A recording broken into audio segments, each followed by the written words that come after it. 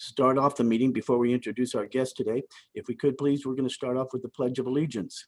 So will you join me in the Pledge of Allegiance? I pledge allegiance to the flag of the United States of America and to the republic for which it stands, one nation, under God, indivisible, with liberty and justice for all. Thank you, everyone. So great. Appreciate everybody being here. I will remind everyone that we are recording. We do save all of these committee meetings, the recordings of these, and do make them available on our website at escondidochamber.org. We're pleased this morning to have the two newest members of our city council with us this morning, representing District 2, a friend of the chamber and a friend of all of ours. Tina Inscoe is here with us this morning. Tina is a family who has come to Escondido, whose father was a retired Air Force person. And as such, Tina traveled around many places in her early childhood, one being Spain, where she also picked up Spanish, which is really interesting and quite a useful second language, I can imagine. Tina has a rich history here in Escondido, also with the Center for the Arts, as well as also working here at the Chamber. And we welcome Tina this morning. And joining Tina will be Mr. Joe Garcia, representing District 3. And Joe, too, has a fascinating history as I read through his past, and the fact that he was born here in Santa Ana and then moved to Mexico and then came back. And Joe has been here and will share with us some of his experiences here in Escondido, and we'll look forward to having him speak. The way we'll do this morning is we'll ask Tina if she would first come on, and we'll have her share a few things in the opening statements. We will be taking questions in the chat room, so as you come up with questions and have things that you'd like to bring up, please share those in the chat room, and we will look forward to asking those of both Tina and Joe as we roll. So that being said, we welcome Tina. How are you this morning? Good morning, JR. Good morning, everyone. Doing well, thank you. I hope everyone is equally healthy and prospering and just doing great on this second day of February, as you mentioned. It's hard to imagine it's February already. And I would just like to say that, Joe, you're looking dapper as always.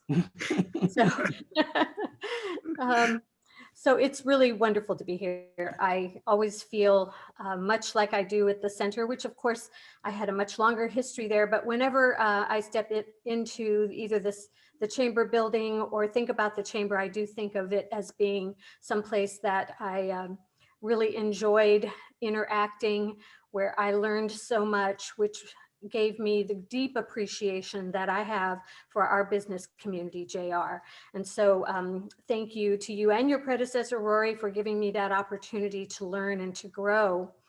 And it has meant a great deal to me. I know you have a little bit of a discussion sort of issues that you wanted to cover, and so I will address those. First of all, running for office. Of course, it was probably, as I'm sure Joe will agree and everyone else who ran in 2020, very different because of COVID and the restrictions. So there wasn't a lot of in-person interaction. I think I had two very small outdoor events. And then I would say the one that had the greatest impact, in my opinion, was the Chamber's forum. And I know the Chamber has a long history of providing those forums. Of course, in the past, they've always been in person and well attended. And I certainly hope that we can get back to doing that in the future. So I really appreciated that very much. And as you may know, because I was able to fulfill these last 2 years of the late John Masson's term, I'll be running again in 2022. So of course, I'm thinking about those things already. And again, I would like to thank the Chamber for all they have done this last year and in the past to really open the door so that folks could come in and meet the candidates. So I hope that will continue. Just talking about District 2, District 2, for those of you who may not know, is is very large geographically in the city and spans quite a diverse area, including the auto park and a lot of our business areas. I have heard from businesses in District 2, some whose owners actually live within the district as well. And I think one of the great things so far for me has been helping people with some of the issues they have, and those vary across a very wide spectrum. What I'd love to say about that is that I get tremendous response from the staff at the city to issues that are brought up by constituents. They work very hard to resolve them. I just got an email this morning about one that I'll be looking into, and I think those really give us the opportunity to interact, to really be transparent and get to know our constituents a lot better. So I'm really grateful for that. Of course, for those of you who know District 2, you know that the villages in the country club area are progressing. There's a lot going on there. I was really excited to see the roundabout come to fruition. Those of you who are familiar with the roundabout idea for our streets, I think you're going to be seeing more of those in Escondido as time goes on. They are not only helpful for traffic, I think they are safer for traffic. They slow folks down. Hadn't thought about that until I actually drove through and realized. But I think that's something that we're going to be seeing more of. I was also really excited because we get weekly updates from the city to see that Reedy Creek Golf Course's usage is up and their revenues are up. And of course, this has been an issue in front of the council over, gosh, the last many years. And that was really encouraging to see that report. So I'm really grateful for that. Again, serving the business owners in District 2 has been really rewarding. I wanted to share with you that I have been assigned to the board of the San Dieguito River Park Joint Powers Authority, and I'm very excited about that. Some of their many miles of trails serve our Escondido region very well, and I hope that people do take advantage of those. I know I'm getting out more and learning about those and taking advantage of them. Also, I was contacted not too long ago by the El Caballo Park Association. They actually have a conservancy, a nonprofit, and they're very excited to get things going again post-COVID and getting people out there who have horses, who have interest, not just in the Charro history, but in horses in general. And I just saw a question from someone, so I'll wait for you, James, to sort of mediate that, if you will. Of course. Also, another thing going on, there's lots going on in District 2, but another thing that's coming up is the Nutmeg Condominium Project. Some of you may be familiar with that, and that has been approved now.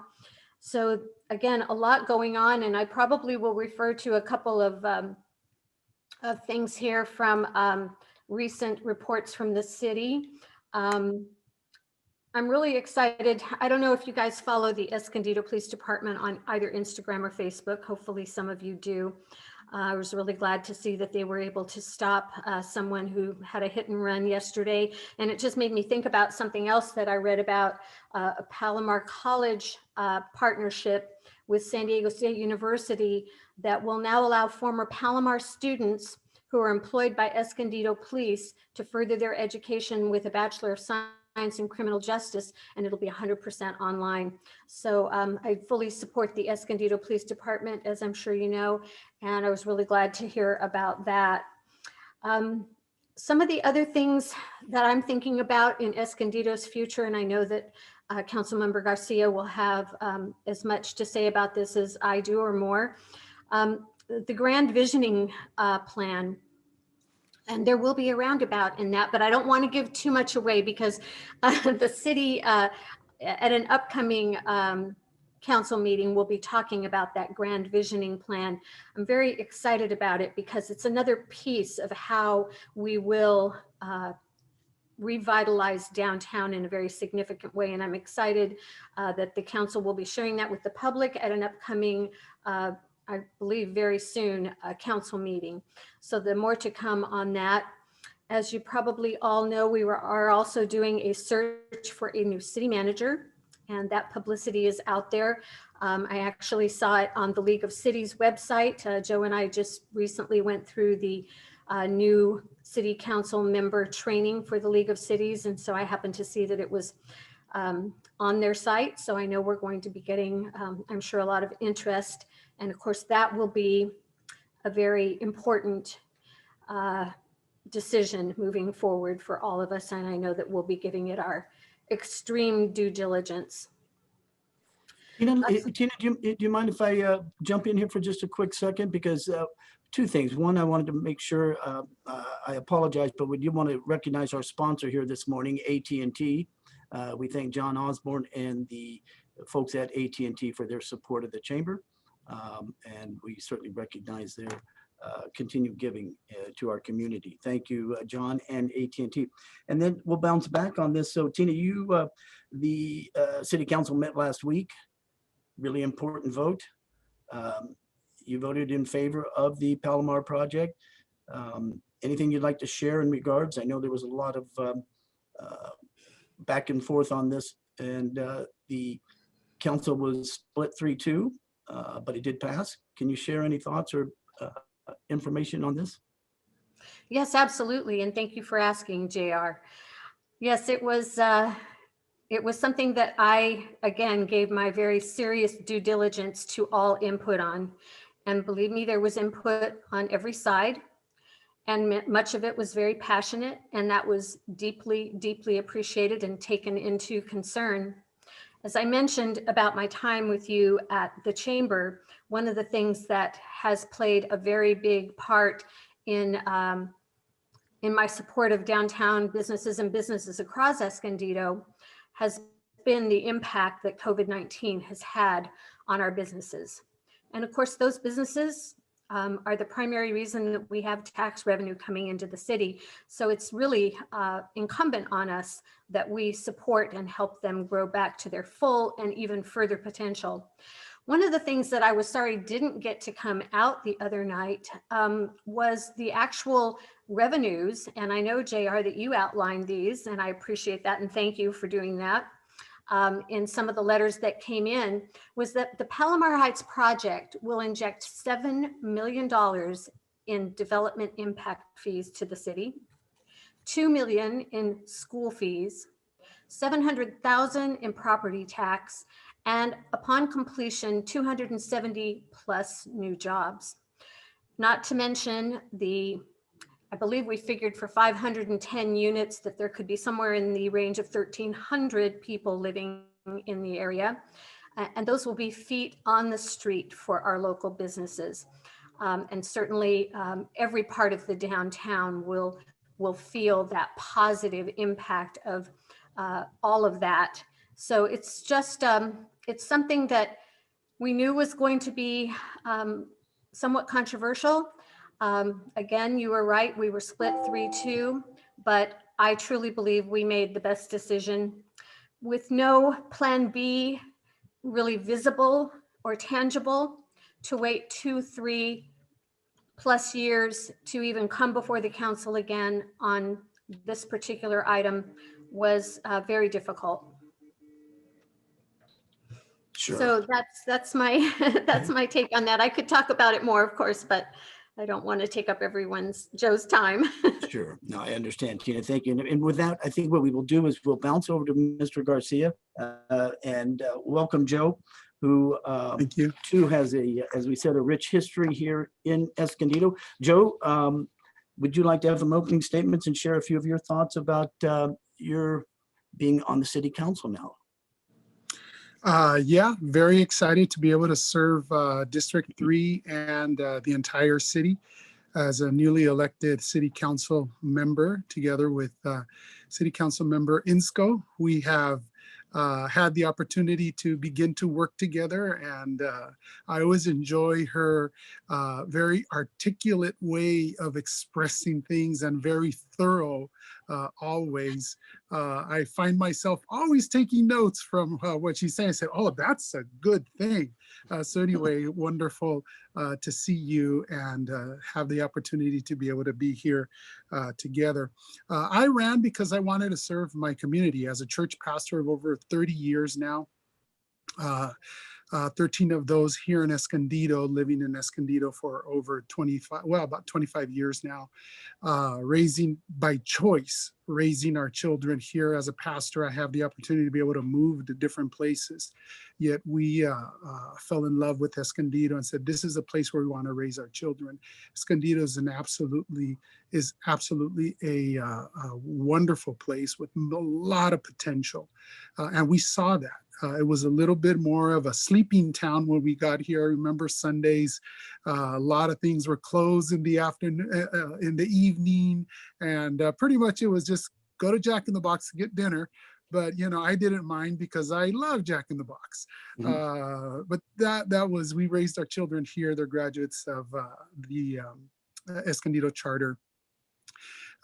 My kids now, they're all grown up and currently in New York doing graduate study. My youngest one actually is, she's currently in the process of applying for graduate school herself. The other two, my older ones, will be graduating very, very soon in April.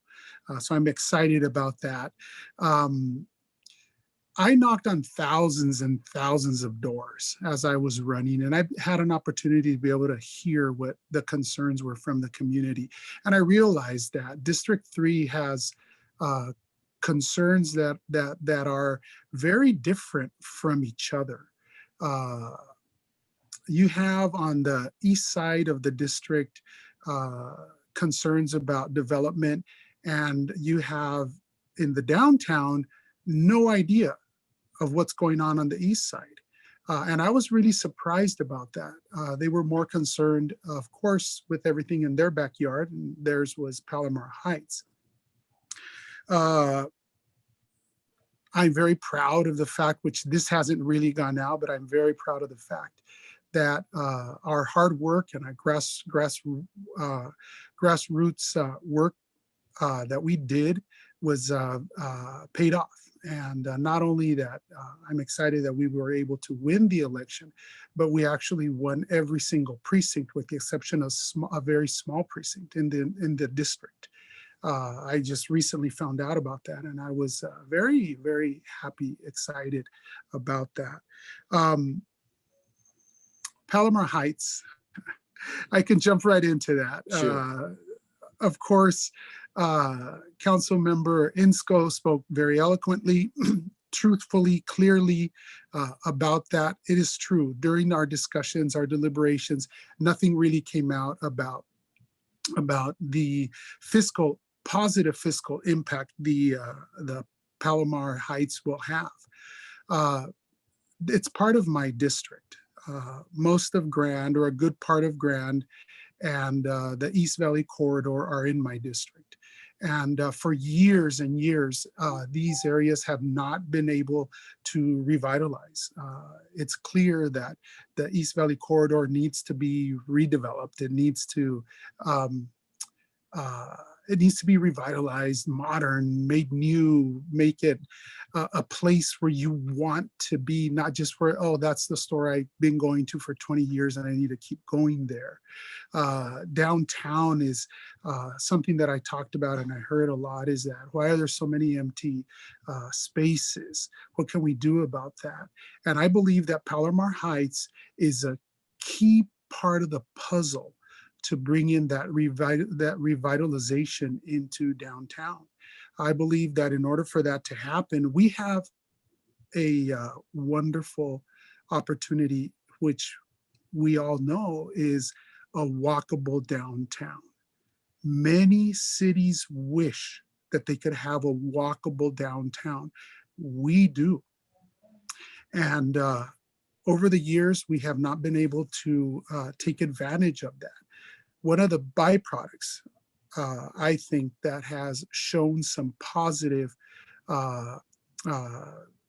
movement forward is having to slow down because of COVID. We had to slow down Grand in order for the businesses, particularly the restaurants, to be able to have outdoor seating.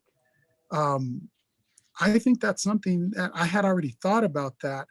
That is definitely something that we need to consider keeping permanent, because it is allowing for an opportunity for people just to kind of want to stroll. Some of the new businesses coming in, there's a lot that can happen there. So I'll backtrack a little bit. I was about to talk about foot traffic. Foot traffic is absolutely key to be able to revitalize the downtown. Not only will it increase the sales, it's for the city, it'll increase the sales tax, because we all know that we are having we have a budgetary issue. I'll say it that way, a budgetary issue that we are confronting, a quite large one. So places like not in down, I'm sorry, not specifically in downtown, or like Carvana, one of the projects that I supported is going to bring a lot of sales tax into the revenue into the city. So these are some of the things that I think that I believe we need to continue to encourage and to support. Yes, the vote on Palomar Heights was a split vote, 3-2. In my estimation, it was the right choice. In my belief, it was the right choice to make. It is going to help revitalize downtown and the East Valley corridor. It's going to have wonderful open spaces for public art. That is a well-known fact. Research is showing that that helps bring foot traffic and revitalizing downtown areas. I was in New York and I was taken to Brooklyn, and after I spent my hard-earned money on some wonderful pizza, but in New York, they don't call it pizza. There are pies. But anyway, regardless, it was very good. And then what did I do? My family and I, we walked around the areas that are being redeveloped. I took a lot of pictures and things just to get my brain working as to how and what we can do with these open public art places that Palomar Heights will be providing. So that's one of the big things. Fiscal responsibility, absolutely important. We need to keep our budget balanced. We need to allocate in the right places. And neighborhood safety. It's as simple as, and I applaud the city for replacing a lot of the lights, not only the street lights. Not only will that bring savings, but good lighting is important to feel safe, right? When the light's out in front of your house, you get off your car if you're not parking inside your garage and you're looking around, as simple as lighting. The community effort that our police department has put forward to work with the residents is impressive. We have an exceptional police department, having worked with San Bernardino Sheriff's Office, San Diego Sheriff's Office, in addition to Escondido. We have an exceptional team. I had the opportunity to meet with the Consul General of Mexico back in December, and they wanted to chat about Escondido in general, particularly issues in the Latino community. One of the things that I was very pleased about was his interest in working with the businesses in Escondido, specifically Latino-owned businesses. Why? Because we have such a large community of Latinos in our city. In addition to that, he wanted to know how the relationship was between our police department and the community, and I sang the praises of our police department. And he was very impressed and very thankful that we have a city that is, and its leadership is moving in a direction to make sure that everyone is well taken care of and protected, is safe here in our city. I'm Anyway, I can talk about a lot of things, compact, safe streets for the kids to get home. I mean, there's so many things that we can talk about, but I keep seeing questions come up, and I think they say, Joe, be quiet now. We want to ask questions. I think that was the number one comment that I saw. Well, Joe, thank you. And Tina, both of you. And we are going to go to a few of the questions that we have here posted.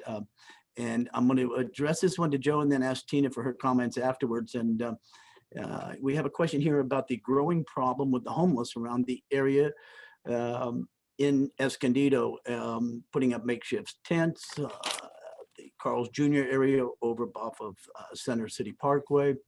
It seems to be a growing issue. The issue isn't getting, and with the issue growing and the police have very limited authority, is the question with the situation, can the city do anything about this problem? Joe, what are your thoughts on that?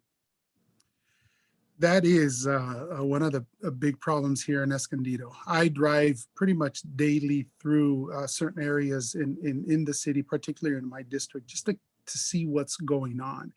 And we see this, the homeless issue coming up. And as a police chaplain, I sit in the patrol car for 8 to 10 hours when I go out. And many of the calls that the police have to deal with are in regard to dealing with the homeless. It is a big problem. What can the city do? There are many of those that believe that it's just about compassion. In fact, I got an email when I was recently, I had just been elected. I'm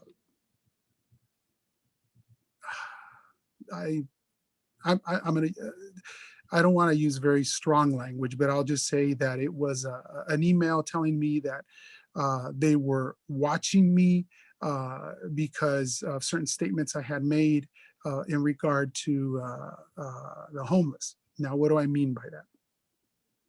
Compassion is important. And sure, we must be compassionate. We must see that side. I spend time at parks here in town. I'll sit down with the homeless and I'll chat with them and I'll ask them and just want to get their perspective. What are their needs? What are the things that we could do? And many of them, some don't care, but many of them would like to see, to be able to have resources, to find out about resources. And there are many organizations that are out there. What does that mean? That means that, yes, compassion. They need to have resources. We need to be able to show them, provide them where they are. And the other element, which a lot of people don't like to talk about, is enforcement. I believe that if we don't have some kind of enforcement, then it just falls to the wayside. It's not a popular thing to talk about, but enforcement is necessary. Compassion, resources, and enforcement. We need to work with the private sector. The city and the private sector need to work together, because it's the private sector. You are the ones that are being affected the most. My dentist, there was a homeless gentleman that would sleep under the roof in the front of his office. And at first he was like, oh, okay, well, he's looking for protection. I'll let it be, it's okay. But then the person began to abuse the fact that the property owner was allowing him to do that. And the property owner would have to come in at least an hour early to clean up a very unfortunate mess that the person left. And what happened was that the property owner had to contact the police repeatedly until the person moved on. So it's your property values, it's your businesses, and ultimately it affects the city. So I believe that we do, yes, compassion, resources, but enforcement is something that needs to be done. Tina, can you give us your reply on this and the homeless situation? Absolutely, JR. Thank you so much, Joe. I think those three things that you mentioned are all critical. I will tell you that the first outreach I had one day after being sworn in was from a business owner in the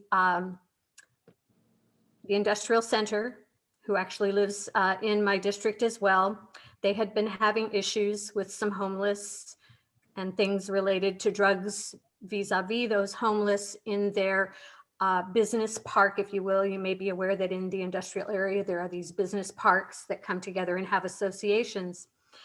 I reached out to the person who facilitates at the city, and I was connected very quickly. And all of this basically was addressed within 24 hours or less by Sergeant Cheatham with the COPS unit. I don't know if some of you are familiar with that, COPPS, but they are the folks that go out and deal with these kinds of situations. Not only did Sergeant Cheatham address the business owners' concerns, he offered to meet with their association, which they have done now, give them tools and the resources that Joe mentioned. And there are resources, not just for the homeless, but also for the people, the businesses, the homeowners who are dealing with these kinds of issues. And they are very, very helpful. I would also like to point out that not only was that situation addressed very, very well, the business owner was very happy, and he offered to follow up, gave them his personal phone number so that if they had a situation come up again, they would respond as quickly as possible. And again, this would take into consideration the homeless people who might be there during the time that this situation happens. I know, JR, that you had personal experience with this there at the chamber in your parking lot. And one of the things that I think helped was removing the area that was the attraction for the homeless to gravitate to. And I know you could speak to that yourself, but I think that helped. So taking that kind of action and removing that attractability, if it's possible, in a concealed sort of area. And so that worked for you. I have also been in contact with Greg Angel at Interfaith. I have known Greg a long time. He's done amazing work with Interfaith. They are one of our key partners, although, as Joe I'm sure knows, because we've been seeing updates from the mayor who serves on a panel regarding homelessness here in the county, we have, I believe, about 25 different partners that we can partner with to address these issues. The police department in many ways do have their hands tied. There are many ordinances and laws that prevent them from taking some of the enforcement action with compassion always that might need to be taken. So it is ongoing. It's something that we're going to be dealing with, I'm sure, for the indefinite future at this point. But I believe we have a lot more solutions and resources than a lot of people realize. And I certainly didn't until I had that person reach out to me. Thank you, Tina. We appreciate that, both you and Tina, your comments on that. The homeless situation is one that needs to be dealt with here. And you're right, we have an issue here with the chamber, and the city was very helpful in trying to work with us and trying to come up with some positive solutions to try to lessen the impact. Hasn't gotten rid of the problem, but it has definitely lessened the impact. Speaking of impact, we have a question here that was brought up about the impact. We all know this pandemic has been tragic, and coming up next month, we'll be talking about a 1-year anniversary of being in the quasi lockdown. And with that comes a retail impact that's happened to our city, and that's where sales tax comes from the city. So can both of you give us your comments or thoughts on how that's affecting the budgets for the city? And any thoughts on that, and what can be done, or what kind of situation that's going to leave here with the city? There was a sales tax increase that was voted down by the here in Escondido. So can you share with us any of your thoughts on this? And we'll start with you there, Tina. Thank you, JR. Yes, COVID has definitely had an impact, but I would encourage everyone to tune in. I believe it is tomorrow night's meeting where we are going to have a recap of the financial status of the city. And I think you will actually be, if I'm not mistaken, and I don't have that right here in front of me, it's not as bad as we thought it might be. In fact, it's going to be better.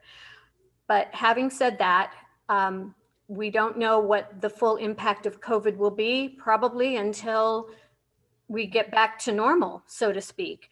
I guess what I'm trying to say is that without COVID, I think we were on a trajectory to do incredibly well with our businesses and with revenue.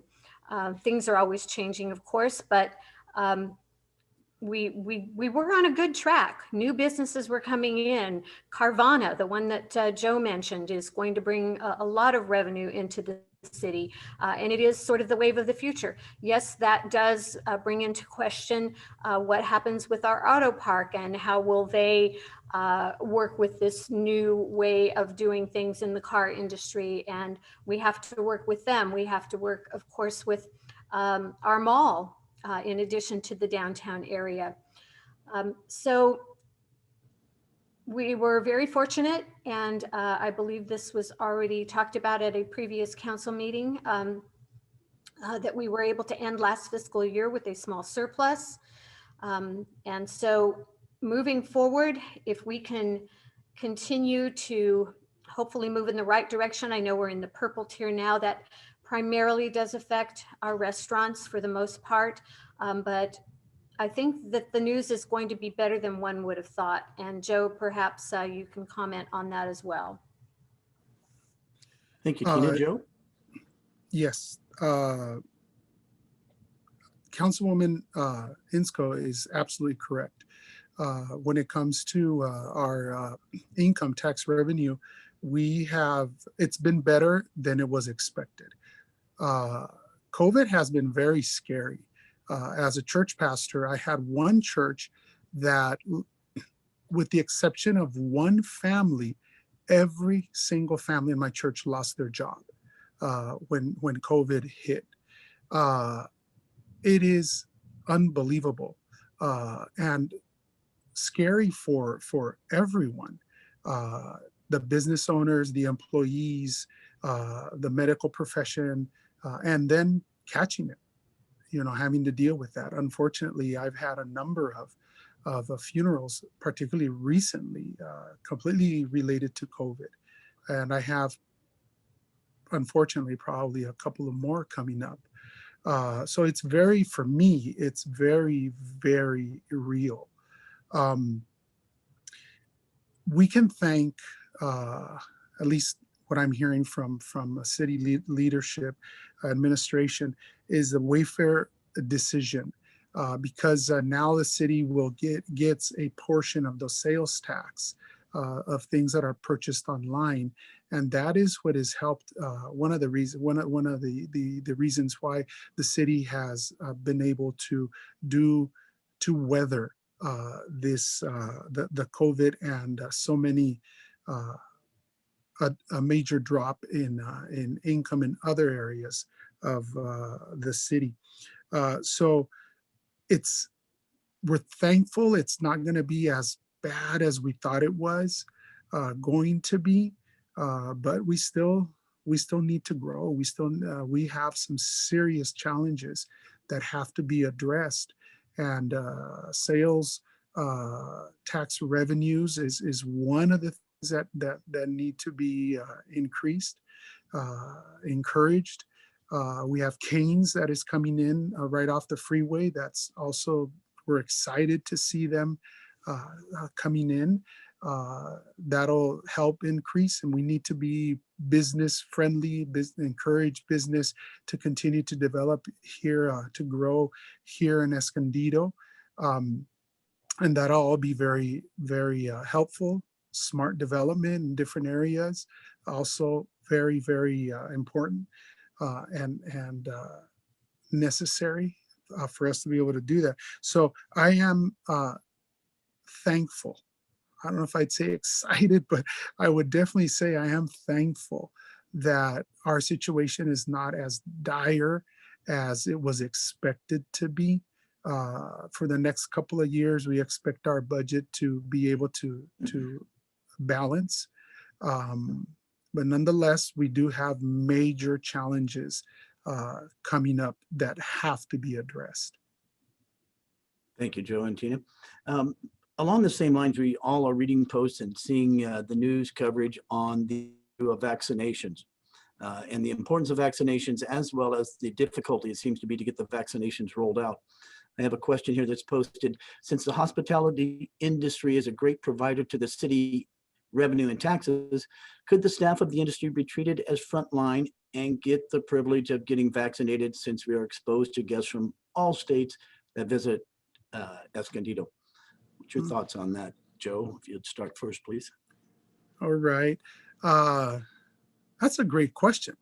I hadn't thought about it like that, but that is very true, particularly for cities that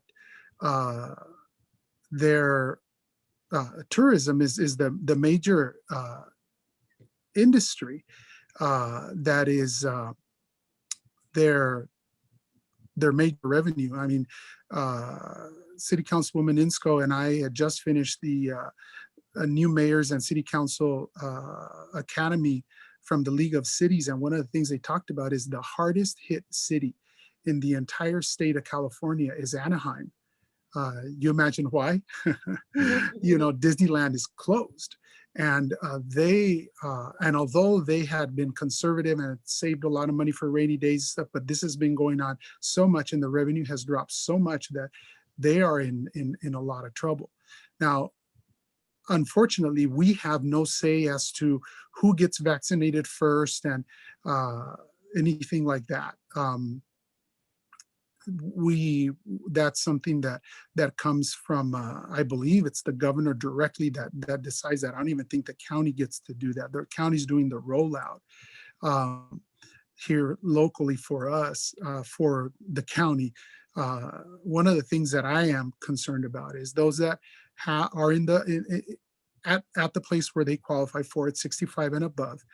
We do have, particularly in my district, I have a number of areas where we have the elderly, and these are people that many times do not have access to online to make the appointments. They don't know how to use it.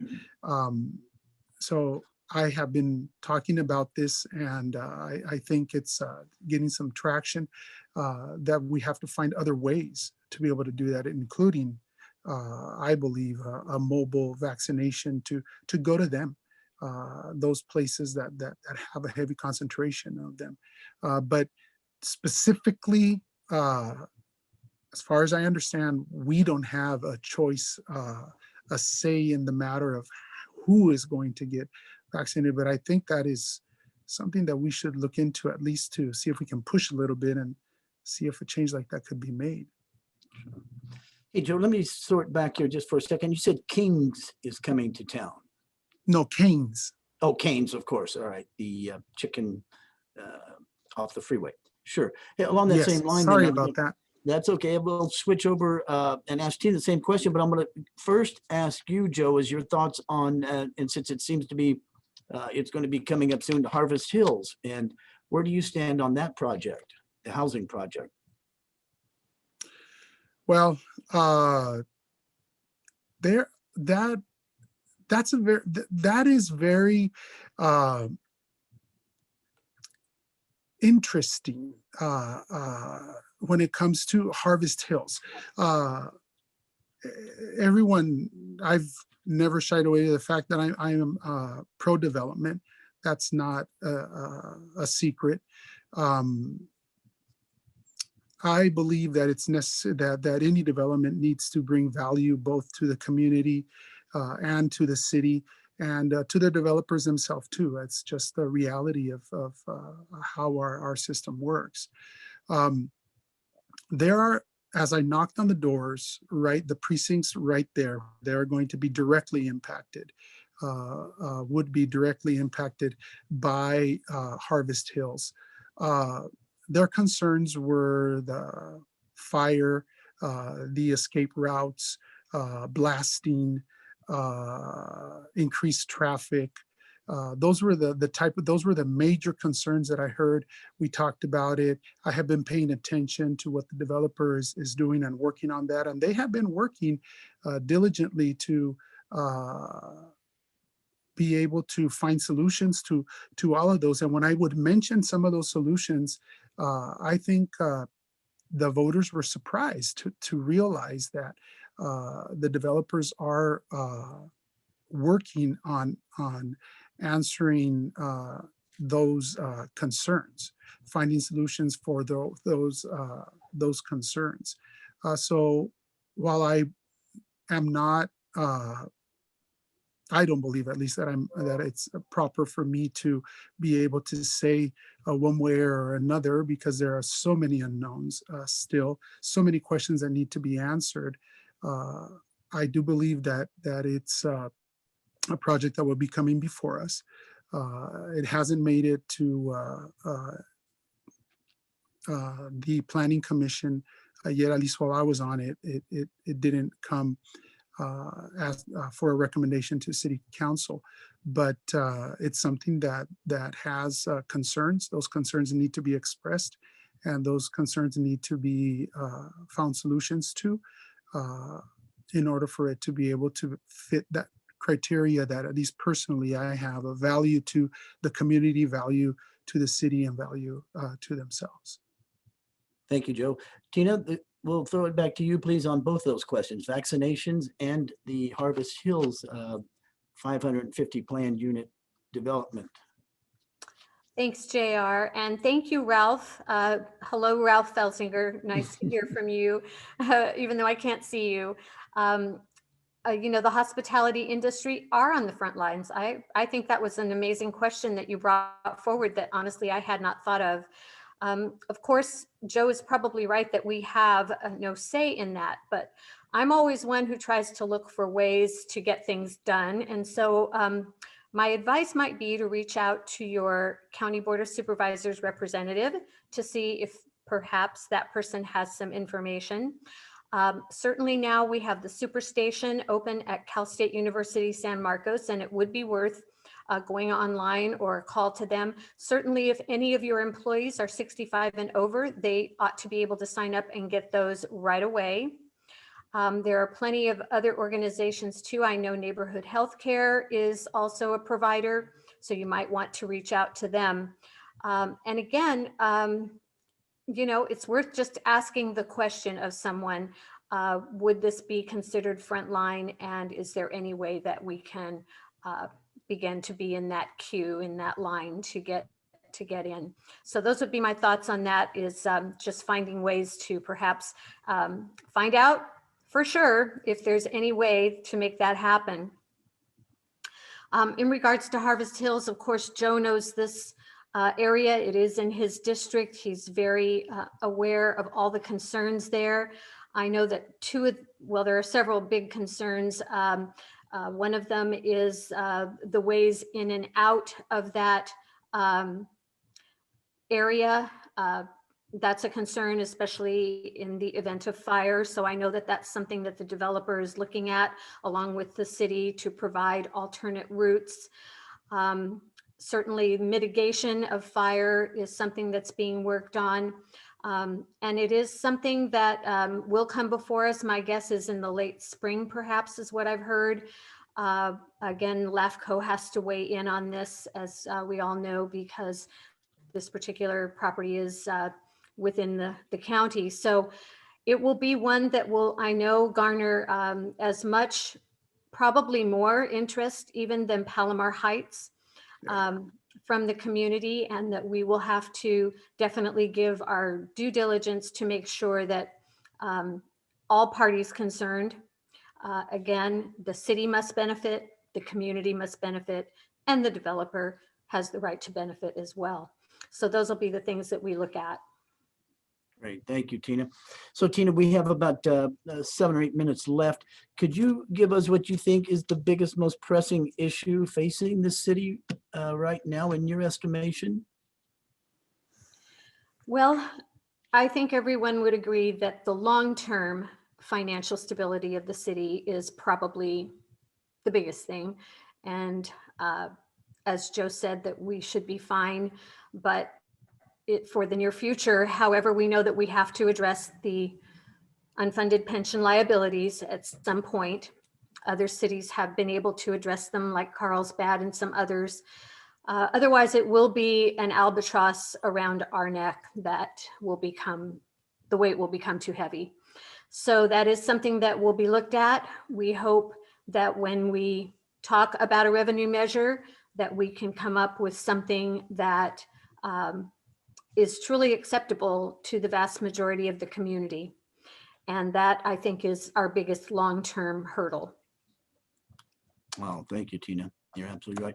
Joe, can we switch over to you and ask you the same question? What do you see as the biggest issue facing the city upcoming? Well, I could probably just say ditto. And the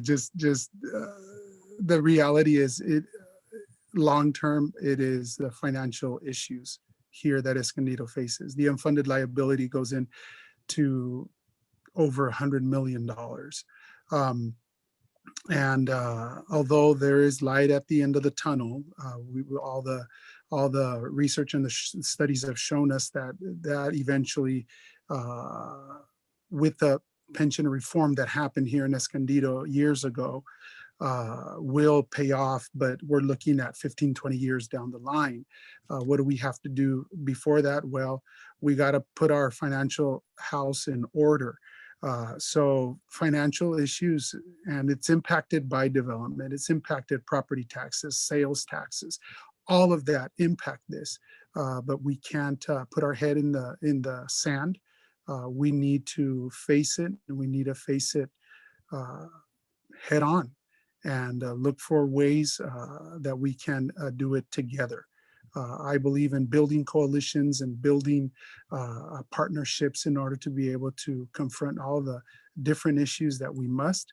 And this is one of them that I think we need to come together as a city, as elected officials, administration, and the business community and the citizens, in order to be able to find a solution to this, because it is a very, very big situation problem. That being given, If I may, JR, just to add on to something that Joe said, we are cheerleaders for the city. That is one of our primary roles. We need to be cheerleaders for businesses. We need to let the business community know that we are a value. Investing in Escondido is a value. And the more we can do that, the better off we will be in the long run. So along with this future planning that has to happen as well, in the meantime, we have to really be cheerleaders for those who want to bring their business and their leisure time, everything. The Center for the Arts, we need to be huge cheerleaders for everything that Escondido has to offer to bring that revenue into our city every single day. thank you, Tina. So let's ask one other final question here. In speaking of the issue, and it comes down to funding, the city had propped up the sales tax increase, which was defeated by a vote of the constituents here in Escondido. Would you support another run at a sales tax increase being put on a ballot for vote? If this last one was a 1 cent increase, which was approximately 13%, what are your thoughts on that, Tina? Thank you, JR. I do have a couple of thoughts on that. First of all, I'm not sure that the 1 cent was the right amount. I think perhaps half of that could be the right amount planned properly. Again, this is something that we will have to do a great deal of due diligence on. The staff itself will have to work very hard on bringing forward the proper language and so forth, and proper planning. So I wouldn't dismiss it out of hand if properly done, and if that amount is acceptable to the broad public. Okay, thank you, Tina. Joe, your thoughts on that, please, on a sales tax initiative. Again, would that be something you would support? As I said before, the last one was a 1 cent increase. What are your thoughts, Joe? Well, as Councilmember Inscoe mentioned, I had serious concerns over that. I believe that there was no real plan, at least presented to the public, how those funds would be spent. One of the concerns that I had also was a sunset clause. I didn't see that there was anything about that. The 1 cent, do we need more? Do we need less? I mean, where are we with that? And that would be based on how much income is it supposed to bring in? Well, no, the answer was, well, we really don't know. We think it's going to be this amount before COVID, but once COVID hit, we don't know. And I think those were answers that were unacceptable to be able to support something like that. The reality is that this is a decision that the voters have to do. City Council, we don't decide if that is or not. All we can do is decide to put it on the ballot and then let the voters ultimately decide on that. So I believe it's a discussion that's going to have to come before us. There are going to be a lot of questions that need to be asked. There needs to be a lot of answers. And in order for this to be able to move forward, I think there has to be a plan. There has to be, all these questions need to be answered in order to be able to see if this is the way that, or one of the ways, because, well, I don't want to open another discussion. We can leave that for another day. But this would be one of the revenues. Is it possible? Yeah, it's possible to be one of the revenues, but there's a lot of questions and a lot of work that needs to happen. I have no doubt it's coming before City Council again, and then we'll have to get the answers and make a decision at the appropriate time. Great. Well, we're closing in on the top of the hour. I want to thank both of our guests here today. Joe Garcia, District 3 City Council here in Escondido. Thank you for your time, Joe. We'll look forward to calling on you again and having you share with our constituency too more as we go forward. And of course, we want to thank Tina Inscoe for her time here today as council member of District. It's a big challenge you both have ahead of you. And I think you're well suited to be able to meet that challenge. So thank you for being here today and sharing with us. And we'll look forward to calling on you again. With that being said, I am going to switch over to Chris Cochran, who's going to give a little bit of update on a couple of things coming up with the Chamber.